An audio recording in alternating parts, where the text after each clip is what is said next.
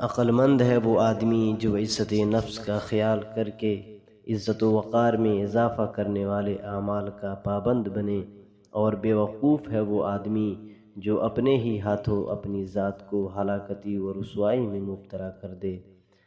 گمراہ اور خواہشات کی پیروی کرنے والوں کے ساتھ صحبت رکھنے میں بہت نقصان ہے، ان سے بچو۔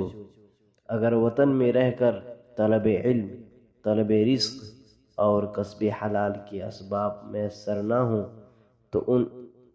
تو انسان کو ان مقامات کی طرف سفر ضرور کرنا چاہیے جہاں یہ سب بآسانی میسر ہو سکیں۔ بے وفا دوست اور بے دین لوگوں سے کنارہ کشی اختیار کرو اور اچھے دوست اور دیندار شخص کی صحبت اپناؤ۔ عورت کے 2 اشارے مرد کو اس کی محبت میں ایسے گرفتار کرتے ہیں جیسے قیدی ہو۔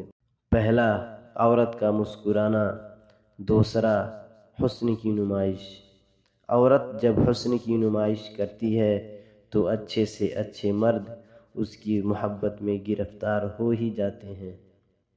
جو بندہ اس دنیا میں ظاہری حسن کو بڑھانے کی کوشش کرے گا تو ہزاروں آفتیں اس کو گھیر لیں گی، لہذا دنیا کی خواہشات کو ترک کر دو اور اللہ سے دوستی جوڑ لو۔